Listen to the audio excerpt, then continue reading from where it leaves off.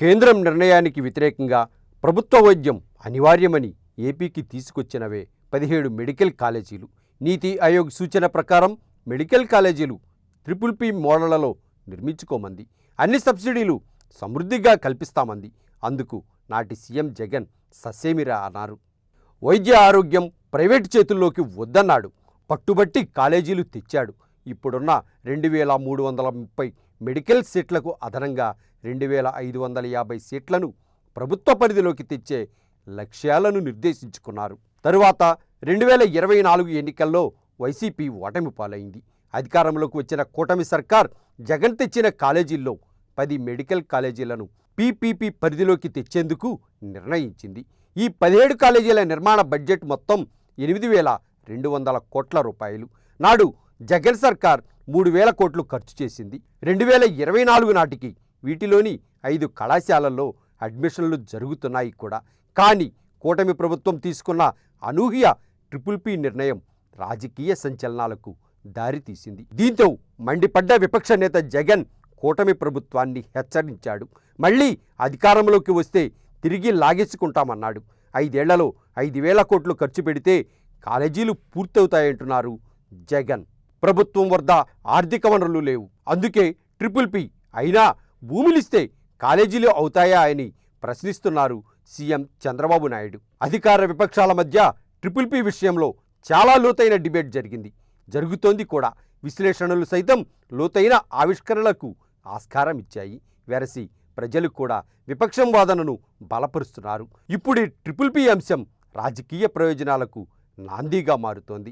సాధారణంగా ప్రజలకు విద్య, వైద్యం ప్రాథమిక హక్కు. ఇది పూర్తిగా ప్రభుత్వ పరిధిలో ఉండాల్సిందే. వైద్యం అనేది ప్రభుత్వం చేతుల్లోంచి పోతే జన ప్రాణాలకు భరోసా ఉండదు. అలాగే విద్య కూడా. అందుకే దేశంలో ఎక్కడా కూడా ప్రజారోగ్యాన్ని ప్రైవేట్ చేతుల్లో పెట్టరు. ఇందుకోసమే కేంద్రం 83% మేర నిధులు రాష్ట్రాలకు మంజూరు చేస్తుంటుంది. కర్ణాటకలో కూడా ఆ రాష్ట్రం ప్రైవేటు ప్రయోగం చేసి విఫలమైంది. దీంతో ప్రభుత్వం పరిధిలోకి వైద్యాన్ని తిరిగి తీసుకుంటోంది. అసలే రాష్ట్రంలో అరకొర వైద్య సదుపాయాలతో ఆరోగ్య శాఖ కొనారిల్లుతోంది. ప్రాథమిక ఆరోగ్య కేంద్రాలు, ఏరియా ఆసుపత్రులు కలిపి 1135 మాత్రమే ఉన్నాయి. అలాగే 2025 నాటికి ప్రభుత్వ వైద్యులు రమారమి 9,000 మంది ఉన్నారు. ఇంకా 10,000 మందికి పైగా వైద్యుల కొరత రాష్ట్రంలో పుష్కలంగా ఉంది. ఏపీ జనాభా 5,70,00,000 మందికి పైమాటే. మరి మందికి తగ్గ ఆరోగ్య వనరులున్నాయా అంటే పెద్ద క్వశ్చన్ మార్క్. ఇప్పటికే ఆసుపత్రుల్లోని అన్ని విభాగాల్లో అర్హత కలిగిన వైద్యులు లేరు. కొన్ని ఆసుపత్రుల్లో నర్సులే దిక్కవుతున్నారు. దీనికి తోడు మందుల కొరత కూడా పేదలకు కొరివిగా మారింది. ప్రభుత్వ వైద్యంలో అన్ని వసతులు అనేది మాటలకే పరిమితం. ఇది నిజం కూడా. దీంతో పేదల ఆయువు గాల్లో దీపంలా మారిపోతోంది. అందుకే అంచెలంచెలుగా ప్రభుత్వాసుపత్రుల్లో వైద్య పరిమితులు పెంచాలి. ఇది నిరంతర ప్రక్రియ. ప్రజారోగ్యాన్ని కూటమి ప్రభుత్వం భారంగా భావిస్తోందా, లేదంటే వేల కోట్ల రూపాయల ఆస్తిని చంద్రబాబు సర్కార్ తమ మనుషులకే కట్టబెడుతోందా? అందున తన మంత్రివర్గంలోని ఆ వ్యక్తికి ఎకరా 3 రూపాయల వంతున 33 సంవత్సరాల పాటు లీజుకు అప్పనంగా అప్పగించేస్తోందా?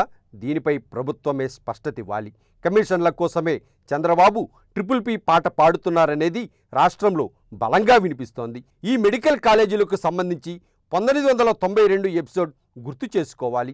అప్పటి ఉమ్మడి ఆంధ్రప్రదేశ్ ముఖ్యమంత్రి నేదురుమల్లి జనార్దన్ రెడ్డి ప్రైవేట్ మెడికల్ కాలేజీలకు విచ్చలవిడిగా అనుమతులిచ్చారు. ఈ ప్రక్రియలో భారీగా ముడుపులు చేతులు మారాయన్న ఆరోపణలు అప్పటి కాంగ్రెస్ సర్కారును ఇరకాటంలో పడేశాయి.